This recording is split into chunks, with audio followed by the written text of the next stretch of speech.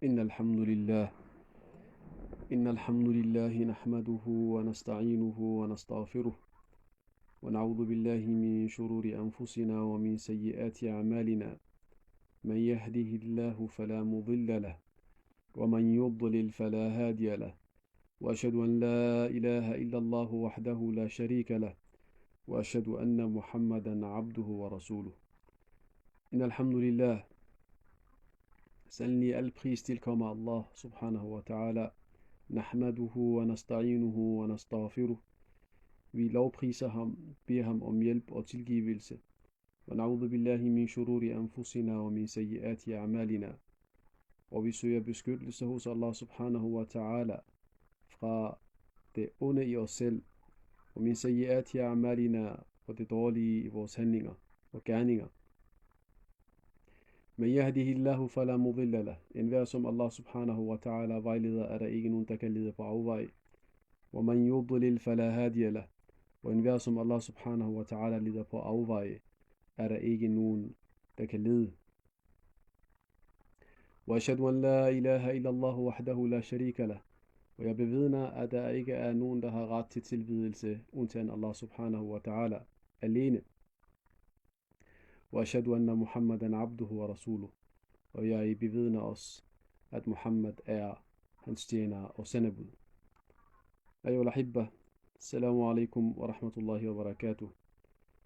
Vi var i gang med kommentering og forklaring af Da'wa Dawa.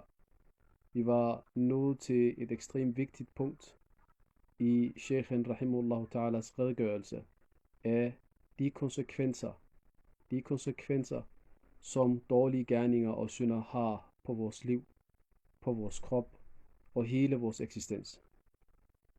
Vi stoppede sidste gang ved Abdullah ibn Abbas radiyallahu anhus korte resume af de negative spor, som ma'asi efterlader på et menneskes ansigt, hjerte, krop, rizq og forhold til andre mennesker. Sheikhen lige nu her uddyber det spor og svaghed, som ma'asi efterlader på krop og sind. Det vil sige på krop og hjerte. Abdullah ibn Abbas radiyallahu anhu sagde i den sidste del af den sidste ders. Inna lil hasanati diya'an. Sandelig gode gerninger har lys fil wajh, eller efterlader lys fil wajh på ansigtet. Wa nuran fil qalb. Og lys i hjertet. وسعة في الرزق og سعة في الرزق. سعة og udbredelse og udvidelse i ens forsyning. وقوة في البدن og styrke i hjertet, i kroppen. ومحبة في قلوب الخلق. Og den efterlader kærlighed hos andre mennesker. وإن للسيئة سوادا في الوجه. Og sandelig sayyi'er efterlader mørke på et menneskes ansigt. وظلمة في القلب. og mørke i hjertet. ووهنا في البدن. ووهنا في البدن. og svaghed i kroppen. ونقصا في الرزق. og indskrænkning af ens forsyning. وبغضة في قلوب الخلق. og بغضة og had, negative følelser hos andre mennesker. Det var den del af sidste ders, som vi stoppede ved. Sheikhen rahimahullahu ta'ala ibn Qayyim al-Jawziyah uddyber yderligere på de her punkter. Og Sheikhen siger rahimahullahu ta'ala,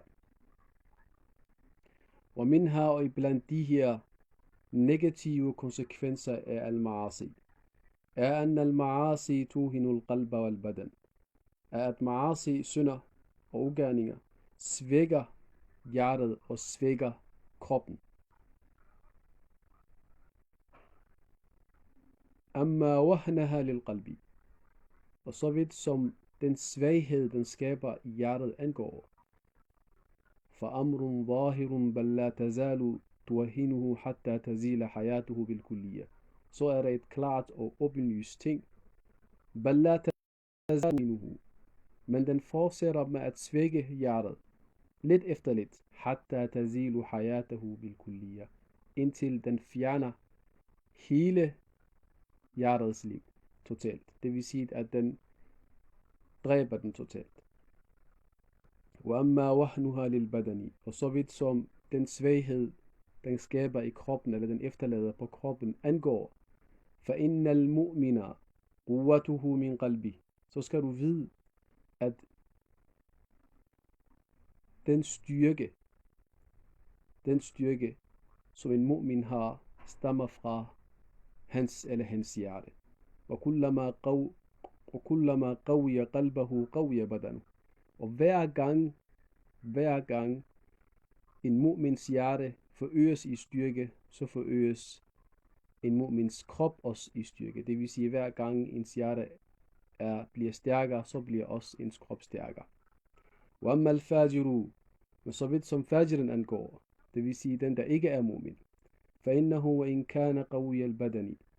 For sandelig selvom fajren ejer egenskaberne af ydre styrke, og har alle de asbab, har disse muskler, der skal til, og lignende, for at få styrke, فَهُوَ أَضْعَفُ شَيْءٍ عِنْدَ الْحَاجَةِ. Så er fajren sandelig det svageste, når den fajr allermest har behov for det. فَتَخُونُهُ قُوَّتُهُ أَحْوَجَ مَا يَكُونُ إِلَى نَفْسِهِ. Så vil hans styrke, dens ydre styrke, den åbenlyse styrke, den fajren har, den vil svigte ham, أَحْوَجُ مَا يَكُونُ إِلَى نَفْسِهِ, når han allermest har behov for det. وَتَأَمَّلْ. Og reflekter over قُوَّةَ أَبْدَانِ فَارِسَ وَرُوم. Vores fysisk stærke Faris Romeriet og Rum, Faris perserne og Rum og Romeriet var. Ta'ammal. Det vil sige i sahabas tid, da sahaba radwanillahi ta'ala alayhim søgt at udbrede islam i disse lande. Og også forestil dig ud over deres soldaters fysiske styrke, også forestil dig statens styrke. De var supermagter. De to eneste supermagter, der fandtes på jorden på det tidspunkt. Sheikhen siger til Ammal, reflekter over det her. Over de her to nationers styrker. Kayfa khanatuhum ahwaja ma kanu ilayha. Hvordan den har svigtet dem, når de allermest havde brug for det. Når deres eksistens som stater og civilisationer afhængig af det. وقهرهم أهل الإيمان بقوة أبدانهم وقلوبهم. Og Ahlul Iman har besejret dem med deres indre og ydre styrke. Ta'ammal. Sheikhen her, rahimahullah ta'ala, siger noget ekstremt vigtigt. At indre styrke, er det, der afgør ydre styrke. Ligegyldigt om der er tale om et individ, eller et samfund, eller en civilisation. Har man ikke noget indre styrke, så vil ens ydre styrke ikke gavne en på nogen måder. For ligegyldigt hvor mange muskler man ejer, ligegyldigt hvor mange økonomiske og militære styrker man ejer, så længe ens indre styrke ikke er til stede, så vil man blive besejret. Og så vil alt det her ydre materiel og fysiske styrke svigte en, når man allermest har behov for det. Og og iblandt de her negative konsekvenser af synder og ugerninger og dårlige gerninger, er hirmanu ta'a, at man bliver forhindret i ta'a, at man bliver forhindret i at adlyde Allah subhanahu wa ta'ala, at udføre gode gerninger. Wala hawla wala quwwata illa billah. فلو لم يكن للذنب عقوبة إلا أنه يسد عن طاعة تكون بدله. Hvis en synd ikke havde et andet konsekvens og straf, end at den forhindrer dig i at udføre en ta'a, der kunne have været i stedet for den. ويقطع طريق طاعة أخرى.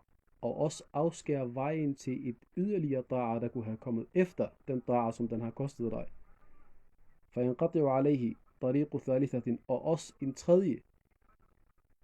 ثم رابعة. Og en fjerde. وهلم جر. Og så videre og så videre. فتنقطع عليه بالذنب طاعات كثيرة. Så vil den her ene ma'siyah, den her ene synd, vil koste, subhanallah, den her ene synd vil koste denne person så mange ta'at, كل واحدة منها خير له من الدنيا وما عليها.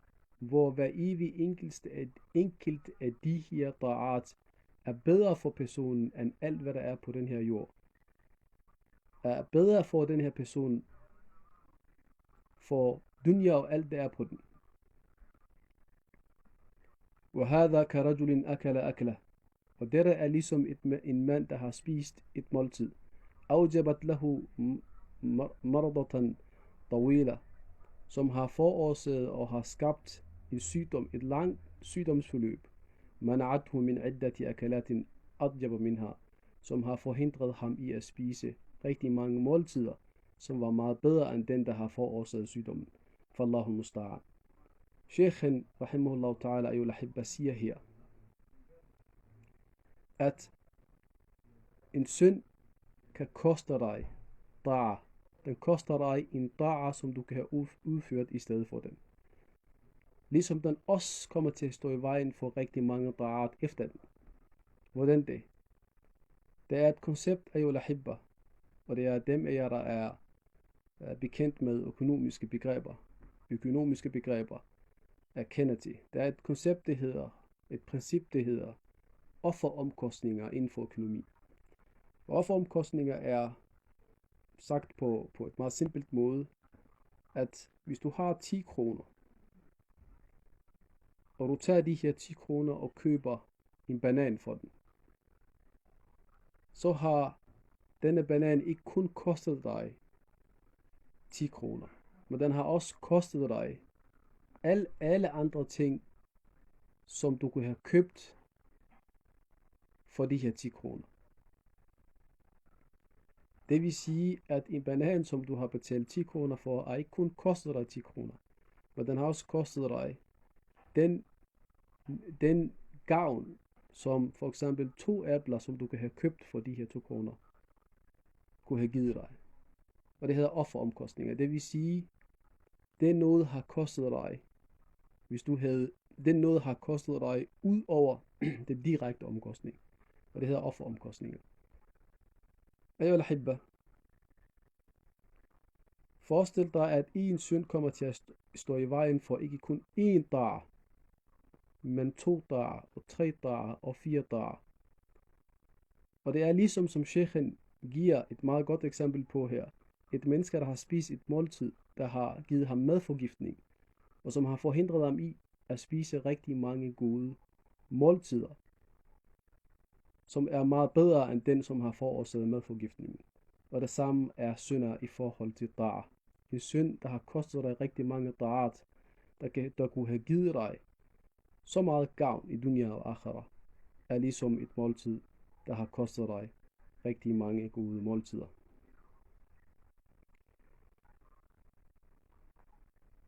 ومنها, og blandt de her meget negative konsekvenser er al-ma'asi, أن المعاصي تقصر العمر. Det er meget interessant, ahibati fillah. Sheikhen siger, at al-ma'asi, synder, تقصر العمر, forkorter dit liv. Tatajabun, det er ajib. Hvordan kan ma'asi forkorte ens liv? Der er et koncept, som er fremmed for rigtig mange muslimer. Det er noget, vi hører i dag i det vestlige verden omkring, at dette kan forlænge dit liv, og dette kan forkorte dit liv, osv. osv. Men Sheikhen her, for over 700 år siden, siger her, أن المعاصي تقصر العمر, at synder forkorter dit liv. وتمحق بركته, og at den fjerner og visker dens baraka og dens velsignelse. ولا بد, فإن البر كما يزيد في العمر, for sandelig ligesom bir, gode gerninger og gode handlinger, ayuha al-ahibba, ligesom de forøger umrun, فالفجور يقصر العمر, for sandelig al-fujur, gode dårlige gerninger og synder, forkorter ens liv. Og Sheikhen skal nok forklare, hvad egentlig han mener med, at ma'asi forkorter dit liv. Det er et meget ajib koncept. Noget, som vi kun hører i dag, men Sheikhen her for over 700 år siden faktisk taler om. وقد اختلف الناس في هذا الموضوع. For sandelig ulama er uenige i forhold til dette punkt. Hvordan præcis ma'asi forkorter dit liv på? فقال الطائفة en gruppe sagde نقصان العمر العاصي هو ذهاب بركة عمره. En asi, en der begår synder og ugerningers liv, bliver forkortet ved at barakan og velsignelsen i hans liv og hans umr vil blive fjernet. ومحقها عليه, og at den bliver visket ud. Og på den måde vil hans liv blive forkortet. وهذا حق, som sheikhen siger, og det der er haq og sandt. وهو بعض تأثير المعاصي, og det er en del af de negative konsekvenser ved ma'asi. Men sheikhen indirekte siger, men det er ikke det hele. وقال الطائفة, og en anden gruppe sagde, بل تنقصه حقيقة, men nej, den forkorter den faktiske i livsalder. Det vil sige, den forkorter det antal tid og liv, vedkommende kommer til år og dage, vedkommende kommer til at leve. كما ينقص الرزق, ligesom rizq og forsyning vil blive indskrænket. فجعل الله سبحانه لبركة في الرزق أسبابا تكثره وتزيد. For sandelig Allah subhanahu wa ta'ala har tilknyttet baraka, velsignelse i rizq, med asbab, med årsager, ting der fører til den, som kommer til at forøge den og udvide den. وَلِلْبَرَكَةِ فِي الْعُمْرِ أَسْبَابًا تَكْثُرُهُ وَتَزِيدُهُ. Og på den måde er også velsignelse i umr i livs eller noget, der forøger den og udvider den. قالوا, de sagde, ولا يمتنع زيادة العمر بأسباب.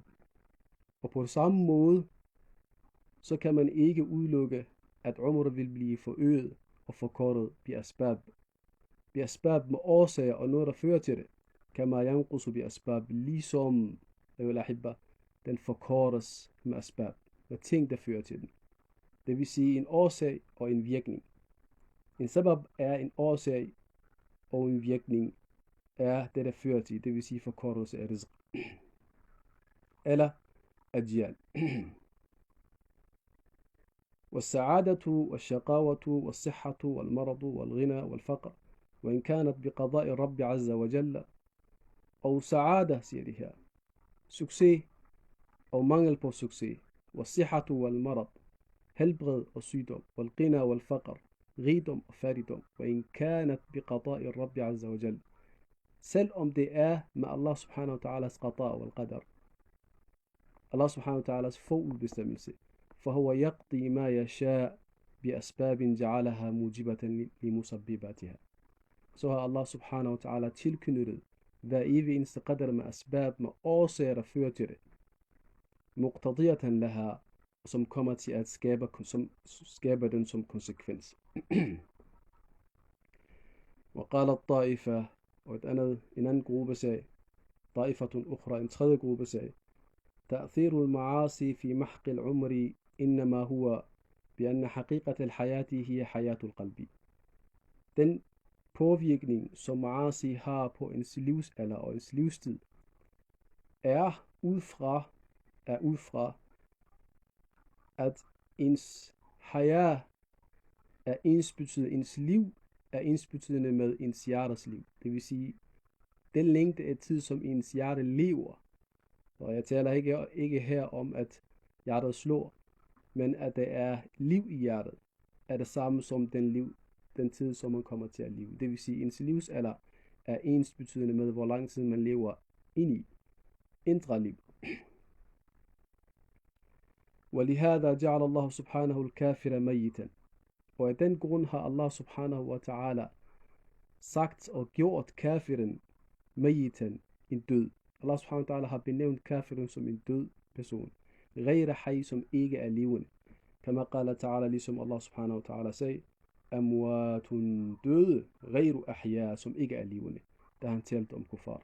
Og det her er mennesker, der går og trækker vejret, og hvis hjerter slår, osv. Og Allah subhanahu wa ta'ala betegner dem som døde. ولا حول ولا قوة إلا بالله. فالحياة في الحقيقة حياة القلب. For sandelig, siger den her gruppe her, hayatu fil haqiqati, rigtigt liv er hayatul qalbi, er hjertets liv. Så hvis hjertet ikke er i liv, så er der ikke noget liv. وعمر الإنسان مدة حياته, og længden af et menneskes liv er ensbetydende med, hvor lang tid et menneske faktisk har levet, og ikke hvor lang tid en person har haft biologiske liv, det vil sige hjertet har slået, og man har trækket vejret. فليس عمره إلا أوقات حياته بالله, og et menneskes livsalder er ikke andet end den tid, som et menneske har været i live ved hjælp af Allah subhanahu wa ta'ala, det vil sige ved Allah subhanahu wa ta'alas ta'a. فَتِلْكَ سَاعَاتُ عُمْرِهِ, for sandelig kun det tid han lever med Allah subhanahu wa ta'ala, og nyder Allah subhanahu wa ta'alas ta'a, det er kun det tid, som det menneske faktisk har levet. فالبر والتقوى والطاعة تزيد في هذه الأوقات, for sandelig gode handlinger, og taqwa og ta'a, og generelt adlydelse af Allah subhanahu wa ta'ala, tazidu fi hadhihi al-awqat, forøger denne tid, det vil sige denne livstid, allati hiya haqiqatu umrihi, som i virkeligheden er udtryk for den virkelige liv, som det her menneske faktisk har levet. Det vil sige, at et menneske har ikke levet, så længe man har været væk fra Allah subhanahu wa ta'ala, så længe ens hjerte ikke var vendt mod Allah subhanahu wa ta'ala. Wala umra lahu siwaha, og et menneske har ikke noget liv uden det, og derfor har heller ikke noget livsalder uden for det. Og her den her gruppe tæller ikke et hvert minut, dag, måned, år, man har brugt på andet end ta'at Allah subhanahu wa ta'ala. De tæller det ikke som liv. Man har ikke været i liv. وبالجملة, og شيخen her laver en resumé og laver khulasa, og han siger وبالجملة فالعبد إذا أعرض عن الله, for sandelig al-abdu tjeneren إذا أعرض عن الله, hvis han vender væk fra Allah subhanahu wa ta'ala, واشتغل بالمعاصي, og han beskæftiger sig med ma'asi, ulydighed over for Allah subhanahu wa ta'ala, synder og ugerninger, ضاعت عليه أيام حياته الحقيقية, så vil han miste og forsømme og spille de dage, som hans rigtige liv består af. التي يجد رب إضاعتها يوم يقول, som han kommer til at finde nadama og finde fortrydelse hos den yderste dag, hvor i han kommer til at sige, ja laytani qaddamtu li hayati, ja laytani, og hvorfor har jeg ikke forberedt for mit rigtige liv. Akhira. فلا يخلو إما أن يكون له. Sheikhen her forklarer dette koncept, som han laver khulasa på. Og han siger, wasirul mas'ala, og kernen i hele dette diskussion eller snak omkring, iblandt de her tre grupper omkring, hvordan synder forkorter ens liv. Han siger, det ligger i, anna umra al-insani muddata hayatihi, at et menneskes livsalder er ensbetydende med, hvor lang tid han faktisk eller hun faktisk har levet. وَلَا حَيَاةَ لَهُ إِلَّا بِإِقْبَالِهِ عَلَى رَبِّهِ, og der er ikke noget liv, uden at man vender sig mod Allah subhanahu wa ta'ala. وَتَنَعُّمِ بِحُبِّهِ وَذِكْرِهِ, og at man lever i Allah subhanahu wa ta'ala, med Allah subhanahu wa ta'alas kærlighed, og Allah subhanahu wa ta'alas ihukommelse, وَإِيثَارِ مَرَضَاتِهِ, og at man prioriterer Allah subhanahu wa ta'alas tilfredshed. Det er kun i de her tre ting, at der findes liv. Og uden for den er der ikke noget liv. Og lad os forklare en smule, ahibati fillah, hvad sheikhen her siger. Lad os tage et simpelt eksempel, som vi kender fra vores nutid. Sheikhen siger i princippet, der er forskel på at være biologisk set i live, det vil sige, at dit hjerte banker, og du trækker vejret, og at leve, som sheikhen siger. Han siger, rahimahullah ta'ala, at dit liv er ensbetydende med dit indre liv, det vil sige dit hjertes liv. Og dit hjerte er kun i live, når den er beskæftiget med Allah subhanahu wa ta'alas ta'a. Lad os tage et eksempel. Ahibati fillah. Et menneske, der ligger i koma i flere år, er teknisk set i live. Så korrekt. Vi ved, at mennesker, der ligger i koma, trækker vejret, om så er et maskine og respirator, der trækker vejret for den, og hjertet og slår, er teknisk set i live. Men vi siger alle sammen, ligegyldigt hvilken milla vi er fra, kafara og muslimin. at de år, som det menneske har været i koma, har været år, som personen har mistet, og ikke har liv. Det er det, vi siger. Og et menneske, der ligger i koma i mange år, for at være ærlig, ahbati fillah, er faktisk bedre end et menneske, der har brugt hans liv på at begå synder. Så kort sagt, ahbati fillah, det faktum, at man er biologisk set i live, er ikke ensbetydende med, at man lever. Og selv i gængse hverdagssnak her i Danmark, hvis børn eller unge mennesker ser et menneske, som beskæftiger sig med ligegyldige ting, så siger de til personen, hvad? Man siger, få dig et liv. Så det er det, man siger. Det er det, man siger. Så alle mennesker har den her forståelse af, at være biologisk set i live, er ikke ensbetydende med, at man faktisk lever. Så sheikhen her siger, som han siger, وَسِرُّ الْمَسْأَلَةِ أَنَّ عُمْرَ الْإِنسَانِ مُدَّةَ حَيَاتِهِ. Og hele princippet og kernen i hele det her samtale, hvorvidt synder forkorter dit liv, ligger i, at أَنَّ عُمْرَ الْإِنسَانِ مُدَّةَ حَيَاتِهِ, at din livsalder er længden af den tid, som du faktisk lever. وَلَا حَيَاةَ لَهُ إِلَّا بِإِقْبَالِهِ عَلَى رَبِّهِ. Og der er ikke noget liv, så længe et menneske er vendt væk fra Allah subhanahu wa ta'ala. Der er kun liv, når et menneske er vendt mod Allah subhanahu wa ta'ala. Og vendt mod وَتَنَعُّمِ بِحُبِّهِ وَذِكْرِهِ, at man nyder og lever i Allah subhanahu wa ta'alas kærlighed og i hukommelse. وَإِيثَارِ مَرَضَاتِهِ, og at man er إِيثَارِ مَرْضَاتِهِ, prioriterer Allah subhanahu wa ta'alas tilfredshed. Det er kun der, hvor liv er. Så sheikhen her har givet os en qaida og sagde, at synder faktisk ikke forkorter dit liv. Og nu har vi hørt så mange gange i det land, vi lever i, det vestlige verden, som vi vokser op i, at gøre det ene ting forkorter dit liv, og gøre det andet ting forlænger dit liv, osv. osv. Med 2 år og 3 år. Og sheikhen her, subhanallah, for så mange år siden, fortæller os, glem alt det her. Der er nogle ting, der kan forkorte dit liv og forlænge dit liv. Ligesom de kan forøge din rizq og formindske din rizq. Men det handler om her, når det kommer til liv er ikke biologiske liv alene, men det er faktisk, hvor lange tid du faktisk lever med Allah subhanahu wa ta'ala og nyder hans dar. Og minha, siger sheikhen, og fortsætter at bringe en ekstra og en yderligere konsekvens af ma'asi. أن المعاصي تزرع أمثالها, at ma'asi sår og skaber og fører til andre ma'asi. ويولد بعضها بعضا حتى يعز على العبد, og de kommer til at føde hinanden, det vil sige, du begår en ma'asiya, den fører til et andet ma'asiya, som fører til et andet ma'asiya, osv. Indtil det bliver svært for tjeneren, مفارقتها حتى يعز على العبد مفارقتها والخروج منها. Indtil det bliver ekstremt svært at komme ud af det. Det vil sige, at ma'asi kommer til at skabe en ond cirkel, som kommer til at føre til hinanden en efter en. كما قال بعض السلف, ligesom nogen iblandt salaf sagde, إن من عقوبة السيئة بعدها. Sandelig iblandt iblandt straffen af sayyi'ah. Det straf, der stammer fra, at man har begået en synd og en dårlig gerning, er den dårlige gerning, som kommer til at komme efter den. For den kommer til at føre til et andet ma'siyah. Wala hawla wala quwwata illa billah. Wa inna min thawab al-hasanati hasanatan ba'daha. Og iblandt belønningen af hasana, at udføre en god gerning, er en god gerning efter den. Og det her, det er en fundament, som Salaf og Salih havde forståelse om. Begår man en synd og en ma'siyah, den vil føre til en ma'siyah som en straf.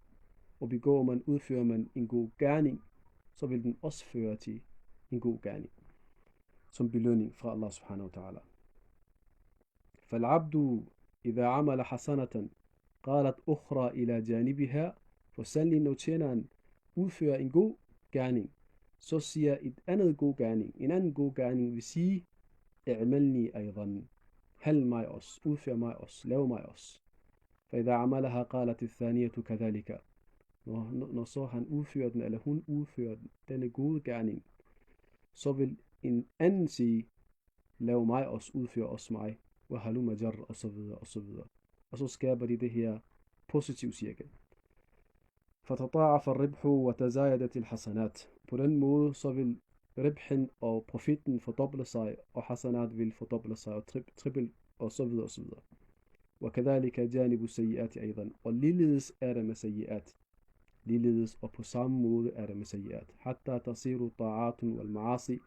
Indtil de her ta'at, eller de her ma'asi, det bliver til hayat rasikha, og sifat lazima, og malakat thabita. Indtil det bliver et fundamentalt del af ens personlighed. فلو عطل المحسن الطاعة لطاقت عليه نفسه. Så hvis den gode person, der er vant til at begå at handle gode handlinger og hasanat, forsømmer en hasana, så vil hans nafs faktisk, så vil hans nafs indskrænke sig, og han vil føle smerte, fordi han har forsømt en god gerning. وطاقت عليه الأرض بما رحبت, og jorden vil blive indskrænket for ham, det vil sige, at han føler ubehag ved, at han har mistet den ene, eller hun har mistet den ene gode gerning. وحس من نفسه بأنه كالحوت إذا فارق الماء. Og personen vil føle ligesom en fisk, som er blevet hivet ud af havet. Og hvordan vil en fisk ud af havet være? Han vil gaspe efter luften, og vil gerne tilbage til det vand. Hatta ya'aduha, indtil man sender den tilbage til dens naturlige omgivelser. Og det Sheikhen her siger er, at ma'asi og hasanat, når man begår en efter en, altså den ene, og så fører den til den anden og den tredje, og det bliver en almindelig del af ens hverdag. Og til sidst bliver den en fast del af ens personlighed. Så vil de være for mennesket, ligesom vandet eller havet er for fisk. Et naturligt miljø og omgivelse, som vedkommende ikke kan leve uden den. Sådan vil det blive. Wal'iyadu billahi subhanahu wa ta'ala, at det bliver til en ma'asiyah. Hvis vi beskyldelse hos Allah subhanahu wa ta'ala, at det er ma'asiyah. Wal'iyadu billahi, det er en ma'asiyah-kæde og ond cirkel, som vi kommer til at skabe. Og vi beder Allah subhanahu wa ta'ala om at gøre det til en positiv hasanat-cirkel, som vi kommer til at skabe med vores gerninger og handlinger. فَتَسْكُنُ نَفْسُهُ وَتُقِرُّ عَيْنُهُ. فَتَسْكُنُ نَفْسُهُ وَتُقِرُّ عَيْنُهُ. Så vil det persons nafs falde til ro, og han vil nyde den her situation, når man sætter ham tilbage til hans eller hendes naturlige omgivelser.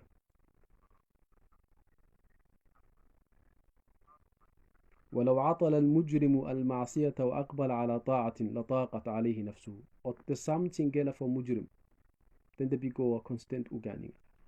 Hvis vedkommende forsømmer en ma'siyah, en ugerning og en synd, وأقبل على طاعة, og udskifter det med en god gerning, لطاقت عليه نفسه, så vil han føle smerte fra hans hjerte af. وطاق صدره, og han vil føle ubehag og angst ved at han ikke har begået, eller hun ikke har begået den ene ma'siyah. وعيت عليه مذاهبه حتى يعادوها, indtil han kommer tilbage til de her ma'asi. حتى إن كثيرا من الفساق ليواقع المعصية من غير لذة يجدها. Indtil at rigtig mange fusaq, folk der konstant begår ma'siyah, kommer til at begå en ma'siyah, ikke fordi at vedkommende leder efter ladda, vedkommende leder efter sødme og nydelse, ولا داعية إليها, og ej heller fordi at der er noget der kalder dem til, إلا لما يجد من ألم بمفارقتها, إلا لما يجد من ألم مفارقتها, undtagen fordi personen forsøger at slukke det smerte, der stammer fra at vedkommende ikke begår den ma'siyah. Det vil sige, hvis en person vil nå til en situation, hvor i man begår en ma'siyah, ikke fordi man leder efter en nydelse, selvom det er sådan, den startede. Men da man begår en ma'siyah simpelthen for at slukke for sluk smerte, der er tilknyttet til den mangel på ma'siyah. Wala hawla wala quwwata illa billah. كما صرح بذلك شيخ القوم حسن بن هاني, ligesom iblandt de her lederne af de her ahlul ma'asi engang har sagt, siger sheikhen, حيث قال, hvor i han siger i et digt, وكأس شربت على لذة, og ka's, en kop khamr, eller en kop vin, som jeg drikker på grund af nydelse, وأخرى تداويت منها بها, og et andet glas, som jeg indtager for at lindre det smerte, som selveste alkoholen har bragt til mig. Wala hawla wala quwwata illa billah. Det han siger her er at sige, at den ene gang drikker jeg for at søge nydelse, men en del andre gange drikker jeg for at slukke det smerte, som selv alkoholen har ført til. Wala hawla wala quwwata illa billah. Og vi kender det ret godt i disse dage. Vi er nået meget langt i vores tidsalder med forskning inden for afhængighedsforhold. Folk, der er afhængige af noget, har misbrug. Og vi ved, at der er noget, der hedder abstinenser i dag. At når folk ikke indtager og ikke begår det, de plejer at begå, så vil de føle smerte. Og dermed begår de her handlinger. Ikke fordi, at der er synd med det, men det er fordi, at de vil føle smerte, hvis de ikke gør det.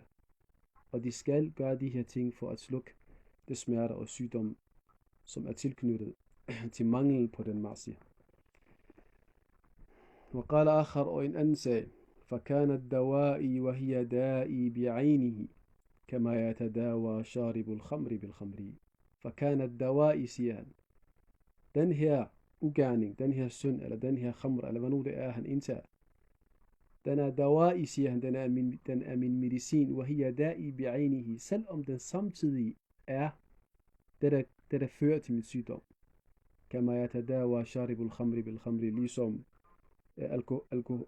alkoholikeren medicinerer sig selv med alkohol.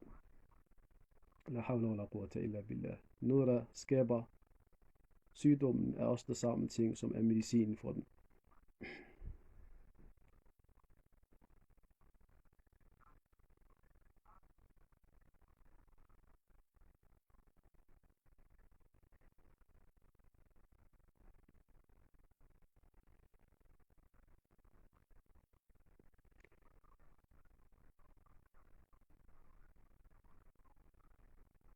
Wala hawla wala quwwata illa billah. Ahibati fillah. Det sheikhen her siger er, at ikke kun at ma'siyah fører til et andet ma'siyah, men at ma'siyah, ahibati fillah, vil skabe en negativ ond cirkel. Skabe en ond cirkel, og denne onde cirkel vil blive stærkere og stærkere og stærkere og stærkere, indtil man ikke længere handler en dårlig gerning, fordi man søger efter nydelse eller lignende. Men man gør det kun fordi, at man kommer til at føle smerte, og man kommer til at opleve smerte ved ikke at begå den her handling. Og i sidste ende, så vil der være en katastrofal misbrugsforhold, hvor i man begår noget igen og igen og igen og igen, indtil man totalt ødelægger sig selv. Hvor mange mennesker har vi set, ahibati fillah, der er afhængige af alt mulige ting. Nogle, der er afhængige af at træne fysiske træning. Nogle, der er afhængige af computerspil. Nogle, der er afhængige af at spise mad. Nogle, der er afhængige af Allahu musta'an, Allahu a'lam. Det er, alting kan være vennedannende, så længe man gør det nok antal gange. Det er det, sheikhen her fører til, taler om. At ma'asi vil føre til et misbrugsforhold mellem dig og ma'asi. Og i sidste ende vil den ødelægge dig. Vil den skabe smerte, hvis du ikke handler den. Og da'at kan også gøre det samme. Så ahibati fillah, sheikhen her taler om, at man kan skabe vaner. Der er negative vaner, destruktive vaner, så er der positive vaner, konstruktive vaner, som man kan bruge sin tid på. Så det her, det er kun én konsekvens blandt mange konsekvenser. Ahibati fillah. Wallahi, det er nok med, at det er kun den her alene. Det er nok, men man bliver nok skræmt, kun ved at kontemplere og reflektere over den her kun den her, at den skaber den her cirkel, det sidste, får dig kun til at handle, de her dårlige gerninger. Og glem alt om, at den forkorter dit liv, og den overtager dit liv, og den ødelægger dit hjerte, og den fjerner din mod, og alt det, der er tilknyttet, alt de amalul qulub, der er tilknyttet til det. Men alene den her ahibati fillahi, hvor i man ikke til sidst har kontrol over sine egne handlinger. Og vi kender og har set rigtig meget om, og har læst en del om, de her såkaldte tvangstanker. Noget helt nyt, som psykologer og psykiater taler meget om. Vi ved, at der er ikke noget, der hedder tvangstanker. Der er noget, som et menneske har begået nok gange, og skal begå det, ellers vil personen føle smerte. Og derfor er den her person skubbet til at handle de her handlinger igen og igen og igen. Så når vedkommende kan se, at det ikke giver mening, vedkommende kan se, at det er skadelige, så kan vedkommende ikke stoppe med det. Ahibati fillah, vi skal være ekstremt påpasselige med, hvad vi begår. Vi skal være ekstremt påpasselige med marsi. Selvom en marsi kan være lille, og vi kan altid bede tilgivelse til Allah, så vi kan altid bede Allah subhanahu wa ta'ala om tilgivelse. Ahibati fillah, bare tænk over konsekvensen af, at den her marsi fører til et andet, og den der til en tredje, og den der til en fjerde, osv. osv. Og til sidste, man er havnet i en alvorlig misbrugssituation. Og misbrug behøver ikke være stoffer, det behøver ikke være alkohol, det behøver ikke være rusmidler. Misbrug kan være alt muligt, ahibati fillah. Alt mulige ting. Der er nogen, der er afhængige af at se fjernsyn. Der er nogen, der er afhængige af film og tv-serier. Der er nogen, der er afhængige af shop. Subhanallah. En af nye ting, jeg har set, er, at mennesker, der er afhængige af at gå i butikker og handle. Ajaib og qudratik. Der er nogen, der ikke kan smide ting væk. Altså det er det hårdere, som de kalder det. Det er også et nyt koncept, jeg har set. Så subhanallah, der er ikke grænser for, hvor mange ting en menneske kan være afhængig af. Og et menneske kan ende i misbrug i forhold til. Så ahibati fillah, det sheikhen her fortæller os, er, at marsiya vil føre til marsiya, og til sidst vil du blive afhængig af marsi. Forestil dig at være afhængig af noget, der skaber destruktion for dig i dunya og akhira. Nas'Allah subhanahu wa ta'ala, at han beskytter os fra de her ting. Vi stopper her, ahibati fillah, og fortsætter næste uge, bidnillah tabaraka wa ta'ala, med